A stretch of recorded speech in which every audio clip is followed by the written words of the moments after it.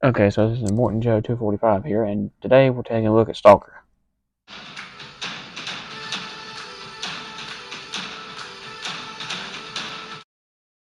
Okay, so now my audio may sound a little bit different, and then that's because I'm using a different microphone. My other one kept not recording audio in some places when I would record the video, and that had been a lot. I had to try to subtitle and fix, and so I decided to completely redo this. So my audio sounds a little bit weird because I'm a different microphone. But okay, but getting back to the point, this is Sgt Stalker version 1 from 1982. He was first available in 1982 and 1982 only, as the straight arm figures were discontinued for 83 due to breakages and problems. So they came up with the 1.5 figure, which is the swivel arm version of these, which I don't have any of those. But I do have two modern versions of Stalker here, which I'll uh, show here in a minute. But there was a lot of different there was 5 or 6 versions in the vintage era, which I'll show you pictures of here.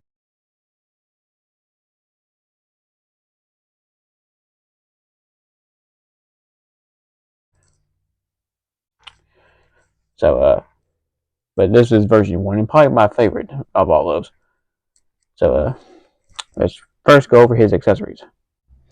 Okay, so for accessories, Stalker came with only one, which is his submachine gun, which the card contents call a pulverizer submachine gun, and which I don't think this is directly based on any World War weapon, but you could say it's based on I guess like an MPL or an MP40 or somewhere in that range, but it don't look exactly like either one of those.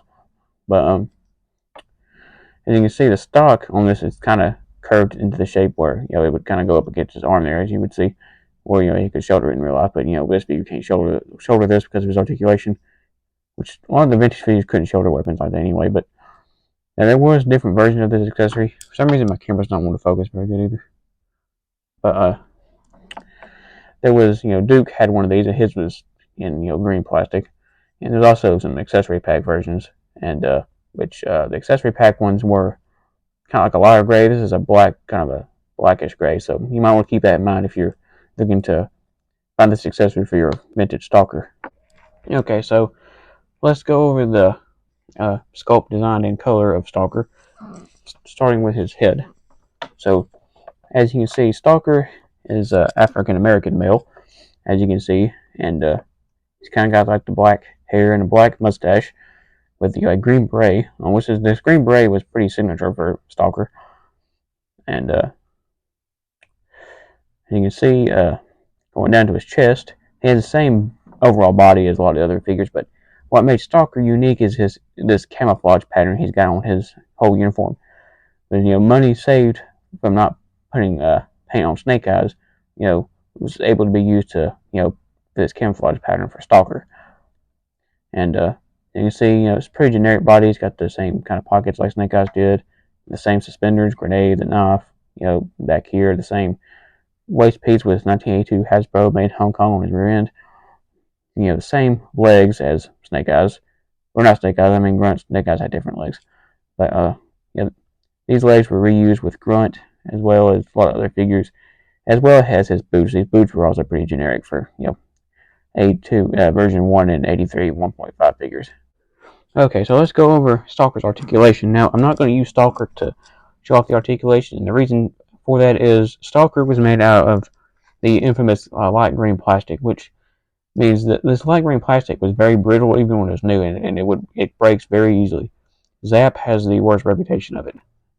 But now my Stalker, I had to fix him in a couple of areas. We had to fix his thumb and his arm because trying to bend these figures and their joints and stuff could possibly break them when they're made out of light green plastic. So I'm not going to use him to do that. I'm going to use Grunt here to demonstrate Stalker's articulation, since Grunt has the same body, just made in sturdier plastic. So Stalker would have a swivel at the head, a hinge at the elbow, or a hinge at the shoulder. I mean, a hinge at the elbow. He's held together with rubber O-rings, so he could rotate all the way around. He's got a ball joint at the hip and a bend at the knee. Okay, so let's take a look at Stalker's file card here, and let me kind of zoom out a little bit so you can see better. But sorry if I hit my tripod here. I hit it with my arm sometimes. That's why it kind of bobbles around. But okay, so it says Ranger, codename Stalker, file name Alonzo R. Wilkinson. Here's his serial number. Primary military specialty infantry, secondary military specialty medic interpreter. Birthplace Detroit, Michigan. Grade E5. There's a kind of like a bio here. Stalker was a lord of a large urban street gang prior to enlistment. So it's kind of paints a picture that Stalker, was a criminal before he joined the military, and once he joined the military, he turned his life around and became a better person. Fluent in Spanish, Arabic, French, and Swahili. Graduated in top class basic combat training, advanced in infantry training, top of class, specialty training U.S. Army, language school, intelligence school, qualified expert in M14, M16, M1911A1, auto pistol, M3A1 grease gun, M32 pulverizer, which is the accessory he comes with, submachine gun. So, was the M3A1 grease gun that one of the modern figures actually comes with. But I'll show you in just a minute. But functions well under high stress situations, intelligent, perceptive, moves sort of like a jungle cat, silent, fast, and strong. See, there's a portrait of Stalker right here with G.I. Joe as his faction, which is correct. Turn this around, it's just the back of the card, which the figure is packaged on, but it's the Free Cobra Commander, the mail-away thing on the back here. These early file cards were written by Larry Hama, the writer of the G.I. Joe comic books. And so, like I said in other reviews, these early file cards had a lot of depth and story to them. Okay, I don't have any of the other vintage versions to compare it to, but I do have two post-vintage versions here to show you.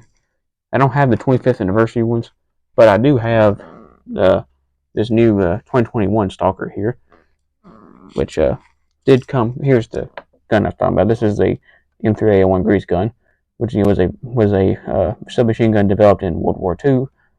But more details on this when I do a review on that figure over there. As you see, mine has some tape around the arm, and that's because when I tried to articulate the arm, it snapped the joint, so I had to put some tape around it, hold it on, so I can glue it. But and I also have this 6-inch classified Stalker here. Let me zoom out a little bit so you can see. I